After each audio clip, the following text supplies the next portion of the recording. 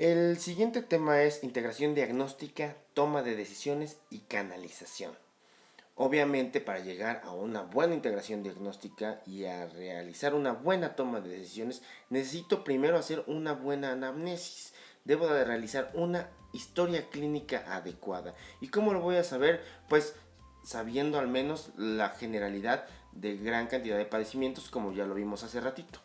Y obviamente, para integrar un buen diagnóstico debo de saber qué es lo que estoy buscando. Cuando el paciente llega conmigo y me dice sus síntomas, pues me va a dar desde su vivencia la experiencia que tiene con este sufrimiento. O los familiares también me lo van a estar diciendo.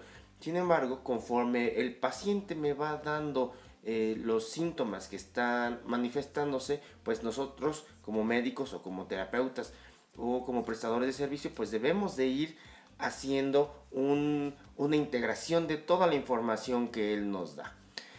Obviamente debemos saber que existe una gran diferencia en realizar una historia clínica psiquiátrica y una historia clínica médica. Desde un punto de vista muy personal, pues la historia clínica psiquiátrica llega a ser más amplia por el abordaje a nivel de el estado anímico, del estado de ansiedad y sobre todo el estado cognitivo. En la historia clínica médica muchas veces dejamos de lado el estado cognitivo para centrarnos más en la sintomatología y en la manifestación de estos problemas. Desde que llega el paciente, pues debemos darnos cuenta de muchísimas cosas y poner atención en todo el desempeño que tiene alrededor.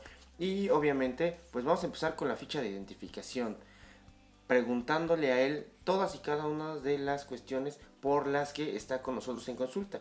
Y vamos a empezar con el nombre. Obviamente debemos saber cómo se llama y también cómo le gusta que le digan, porque la forma en cómo se identifica esta persona es algo que lo hace pertenecer a algo. Me he topado con personas que tienen varios nombres y que la gente les dice como a ellos, como a los demás les gusta, pero no como a ella.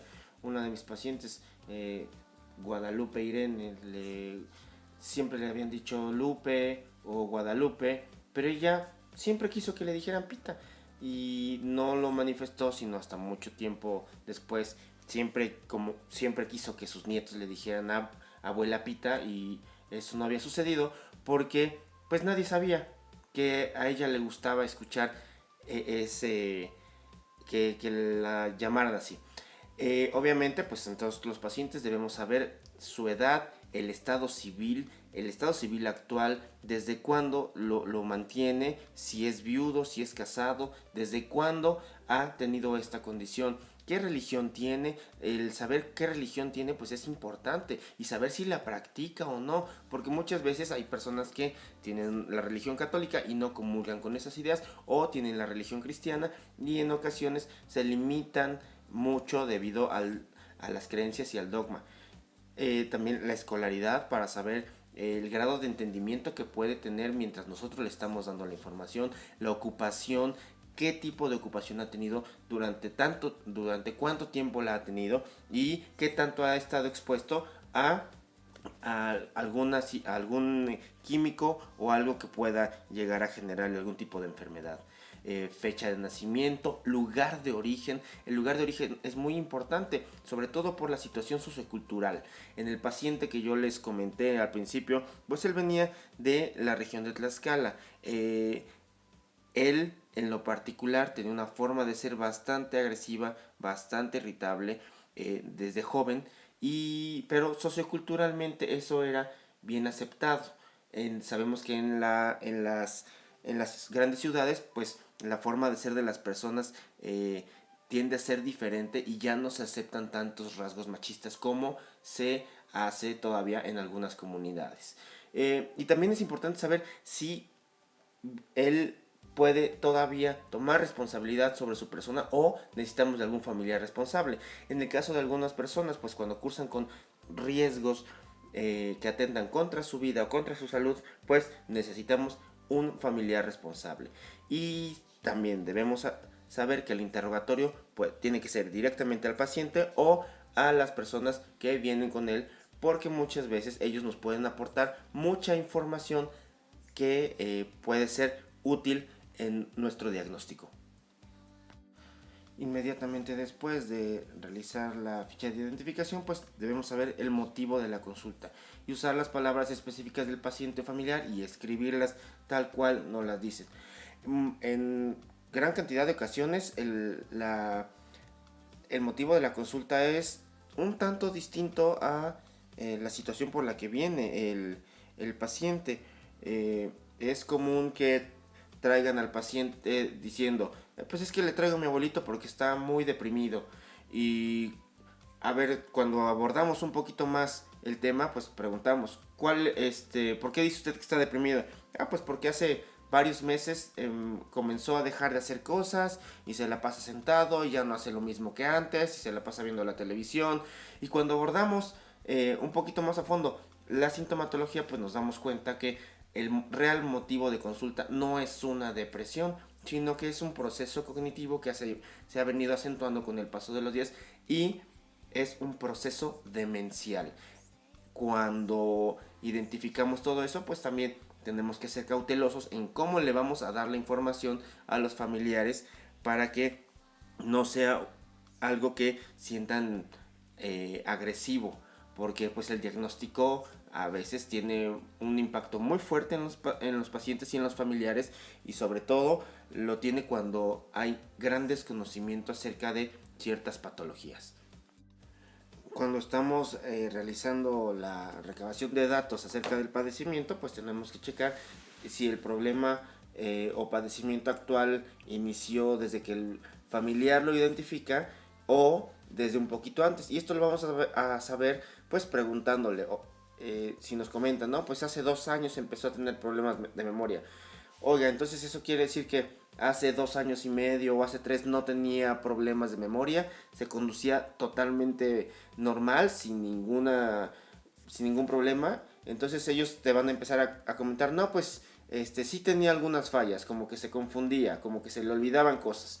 Entonces, si le vamos ahondando un poquito más, el problema o padecimiento actual, pues se puede remontar a muchos años, ¿no? Entonces, tenemos que identificar si este problema es una exacerbación de un problema que se había presentado muchos años antes o realmente es un problema que se presenta actualmente.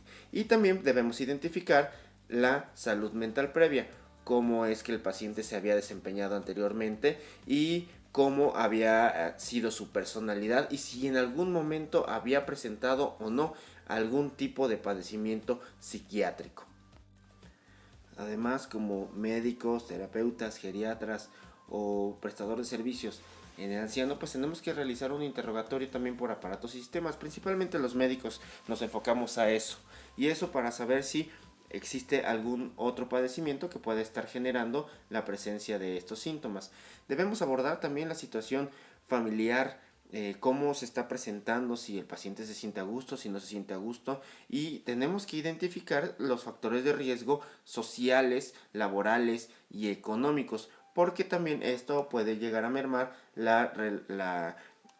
el desempeño del paciente y sobre todo la presencia de su salud o de su enfermedad.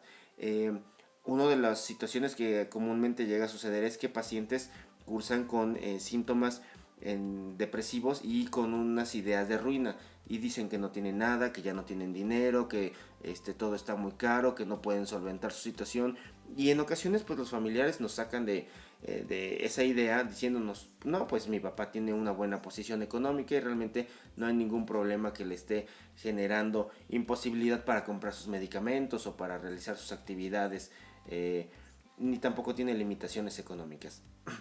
Por eso debemos identificarlo bien con el familiar y con el paciente.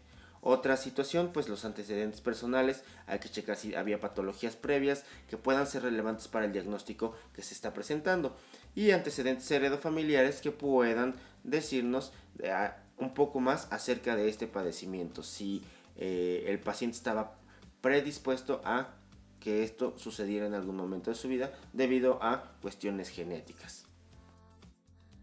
Es importante también preguntar acerca del uso de sustancias. Comúnmente pasamos por alto esto pensando que el anciano no llega a consumir alcohol o algún tipo de droga. Realmente cuando lo llegamos a preguntar, pues nos podemos dar cuenta que muchos llegan a consumir sustancias en exceso, principalmente alcohol. En el hombre se ha visto que consume más alcohol, incluso llega a consumir marihuana, y la mujer consume sustancias, principalmente medicamentos, y estos medicamentos llegan a ser medicamentos prescritos por médico sin un adecuado seguimiento. Esto puede limitar pues el funcionamiento de los medicamentos.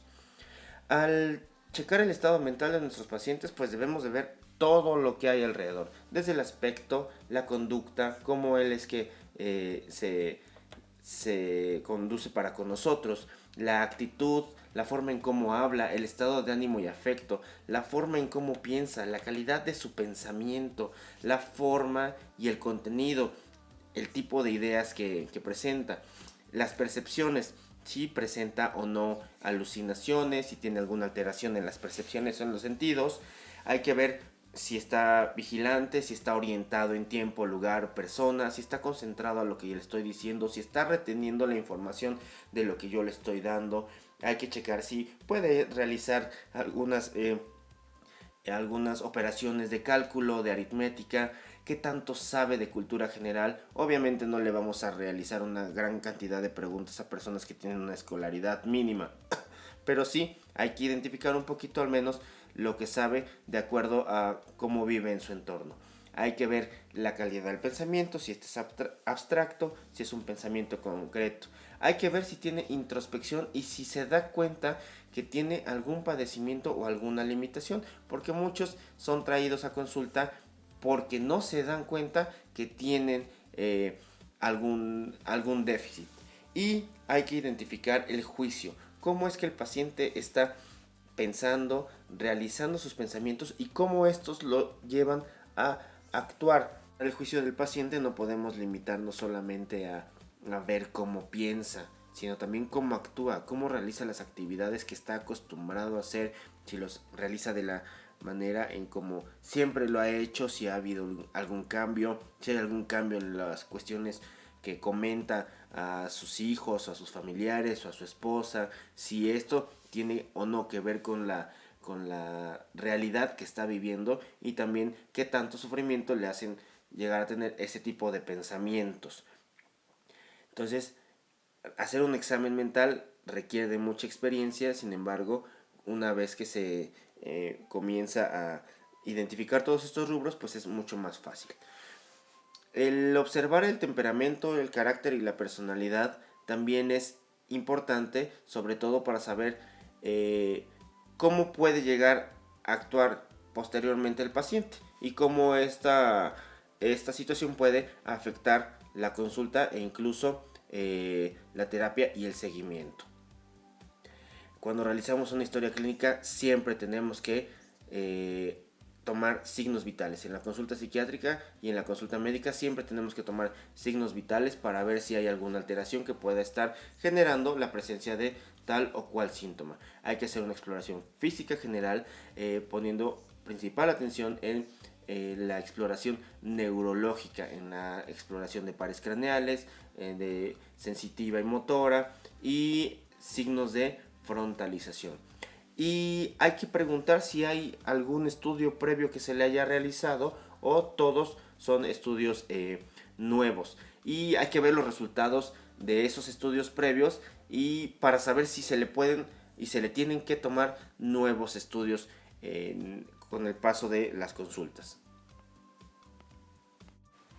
Hay que ver si el paciente ya está tomando algún tipo de tratamiento para el padecimiento por el cual viene con nosotros, y también hay que preguntar si ha tenido tratamientos previos, si los tuvo, sirvieron, cuánto tiempo los tomó, porque muchas ocasiones la experiencia que tienen con el uso de psicofármacos pues no es la adecuada y lejos de generarles un bien, les ha generado síntomas adversos bastante considerables.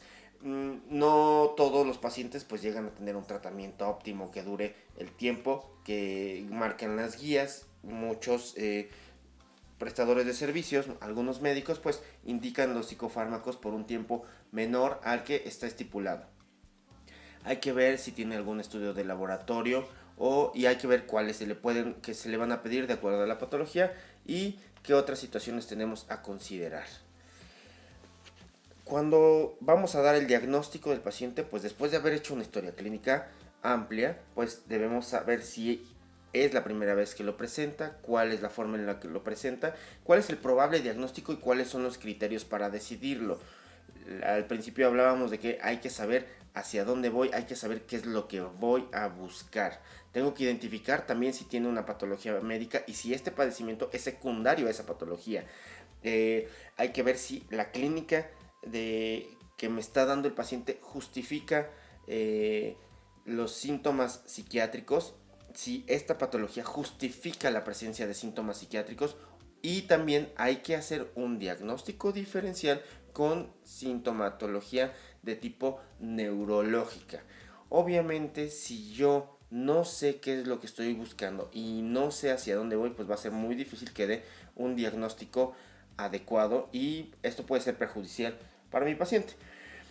Cuando le estoy haciendo la historia clínica, pues tengo que hacer una línea de vida, porque hoy en día sabemos que durante varios periodos de la vida hay situaciones estresantes que pueden generar la presencia de algunos problemas de tipo psiquiátrico. En el caso de alteraciones prenatales, pues sabemos que eso puede dar lugar a discapacidad intelectual, también problemas a nivel perinatal. Durante la infancia y la adolescencia se pueden presentar algunos padecimientos psiquiátricos como depresión, ansiedad y padecimientos psicóticos. En la adultez, pues ya lo habíamos comentado anteriormente, la mujer que cursa con menopausia pues es propensa a tener síntomas depresivos y ansiosos bastante acentuados y sobre todo también problemas de sueño. Y en la vejez hay muchos factores que pueden predisponer a tener una vejez patológica, desde de las enfermedades, los duelos, cuestiones personales, sociales, familiares, y esto puede alterar no solamente el pensamiento, sino también el organismo. Y pues sabemos que es más fácil tener una consecuencia de una caída en los extremos de la vida, tanto siendo niño como anciano. El anciano se vuelve frágil y si llega a tener o a sufrir una caída, pues obviamente esta caída podrá repercutir de una manera negativa en fracturas o en lesiones de tipo vascular. ¿Cómo voy a integrar un diagnóstico de tipo psiquiátrico? Pues bueno, hay que ver si se cumple o no con los criterios para los trastornos más comunes. Y hay que ver si tiene un diagnóstico, no tiene ningún diagnóstico o cumple con varios. O los síntomas son muy amplios y cumple con varios diagnósticos. En ocasiones el paciente cursa con depresión con síntomas ansiosos, o ansiedad con síntomas depresivos, o depresión con síntomas psicóticos, o trastorno neurocognitivo, una demencia con síntomas de ansiedad, o demencia con síntomas depresivos, o enfermedad de Parkinson con síntomas depresivos o con síntomas de ansiedad, hipotiroidismo con síntomas depresivos, diabetes mellitus con síntomas depresivos. Hay que ver cuántos diagnósticos se integran en el paciente y cuál es el diagnóstico de base, porque el tratamiento adecuado sobre el diagnóstico de base es lo que nos va a dar la posibilidad de dar un buen tratamiento y sobre todo de ver la mejora en nuestro paciente. Si mi paciente tiene síntomas de hipotiroidismo y aparte síntomas depresivos y yo solamente trato la depresión, obviamente esto va a repercutir en su estado de salud y no va a mejorar de la manera en como yo estoy pensando. El diagnóstico se va a integrar de acuerdo a la semiología y hay que identificar si tiene problemas a nivel del pensamiento, de la sensación, de la percepción, de la emoción, si es una patología de inicio temprano o si es una patología de inicio tardío. Esto ya lo he comentado previamente y hay que hacer, y hago énfasis en eso, porque la presencia de la patología psiquiátrica en la vejez es totalmente distinta a cómo se presenta en el niño, en el adulto joven, en el adulto un poquito más maduro. Pero, por otro lado, la patología puede presentarse desde muchos años atrás y estarse perpetuando. En una ocasión me tocó ver a una señora de más de 65 años que presentó síntomas disociativos. Cuando la vi con la psicóloga con la que estaba yo trabajando, pues pudimos notar que la señora tenía síntomas de ansiedad y por eso la habían referido, pero tenía síntomas disociativos. Cuando investigamos más acerca de la sintomatología que estaba presentando, ella estaba cargando con síntomas de estrés postraumático desde la niñez. Había sufrido violación en varias ocasiones por varios familiares y había tenido episodios de su vida en los que se había disociado varias veces. Y cuando llegó con nosotros, con la psicóloga y conmigo, pues nos dimos cuenta que había exacerbación de los síntomas que estaba teniendo y no se había tratado de la manera adecuada porque estaba siendo tratado como un trastorno ansioso depresivo e incluso las dosis a la que había sido tratado no eran las dosis adecuadas. Esto sucede a menudo debido a nuestro desconocimiento de la patología psiquiátrica en el anciano y a que no pensamos en el diagnóstico. Para dar un probable diagnóstico, pues bueno, debemos saber muchos diagnósticos, todo lo que se le asemeja, todos los padecimientos que pueden estar causando la sintomatología e ir diferenciando de acuerdo a los criterios, de acuerdo al tiempo, de acuerdo a las características de los síntomas y también a cómo se están presentando cada uno de ellos. Porque obviamente no es lo mismo tener esquizofrenia a tener depresión, no es lo mismo tener demencia a los 20 años que presentar demencia a los 60 y tampoco presentar esquizofrenia a los 20 o presentar esquizofrenia a los 70. Por eso necesitamos saber cuál es la sintomatología completa de nuestro paciente y cómo se está presentando. El plan de manejo pues lo tenemos que establecer de acuerdo a la gravedad de los síntomas. Hay pacientes que se pueden tratar en casa y hay pacientes que sí o sí necesitan ser hospitalizados debido al riesgo que están teniendo. Sabemos que no todos los pacientes que cursan con depresión necesitan medicamento, no todos los pacientes que cursan con ansiedad necesitan medicamento, pero sí necesitan un seguimiento por parte de un médico especialista. Entonces, y hay padecimientos que sí o sí necesitan medicamento, como es el caso de los padecimientos psicóticos. Pues para dar un diagnóstico adecuado están las guías de práctica clínica que es necesario conocer a fondo. Siempre sabemos que en la práctica de la medicina lo que tenemos que hacer es primero no hacer daño. Tanto una mala medicación daña como una mala práctica y como las palabras pueden dañar fuertemente a nuestros pacientes. Por eso hay que ser muy cautos en lo que se le dice a los pacientes. Para establecer un plan de manejo y tratamiento, pues debemos saber hasta dónde llega nuestro conocimiento y qué limitaciones tenemos nosotros como terapeutas o como médicos, porque no siempre vamos a poder darle la mejor atención a nuestro paciente y es importante ahí saber cuándo tenemos que referir con algún médico que pueda apoyarlo mejor que nosotros o complementar la ayuda que ya le estamos dando. ¿Quién debe tratar al paciente psicogeriátrico? Pues bueno, siempre pues el médico de primer contacto es el médico que debe de identificar y en caso de que sepa pues tratarlo. El médico general, médico familiar, médico internista. Pero conforme se van agravando los cuadros, es común que sea el neurólogo, el geriatra o el psiquiatra quien vea a nuestros pacientes. Actualmente también nos encontramos los psicogeriatras viendo al paciente anciano. Pero el psicólogo también tiene un papel importante en el tratamiento de ellos, sobre todo para la rehabilitación. Cuando elegimos la medicación, pues tenemos que elegir la que tenga menor cantidad de efectos adversos y menor cantidad de interacciones y que sea lo menos nociva para nuestro paciente, porque pues sabemos que el anciano es más frágil y la medicación pues la vamos a elegir de acuerdo al padecimiento que nuestro paciente esté presentando. La interacción farmacológica la debemos tener sumamente en cuenta para evitar que haya algún efecto adverso bastante nocivo con nuestro paciente. Bueno, como vimos durante el desarrollo de esta charla, pues la integración diagnóstica se va a llevar a cabo de acuerdo a todos los padecimientos que puedan englobar los síntomas, hacer una buena historia clínica, saber y conocer lo que dicen las guías de práctica clínica y sobre todo sospechar el diagnóstico.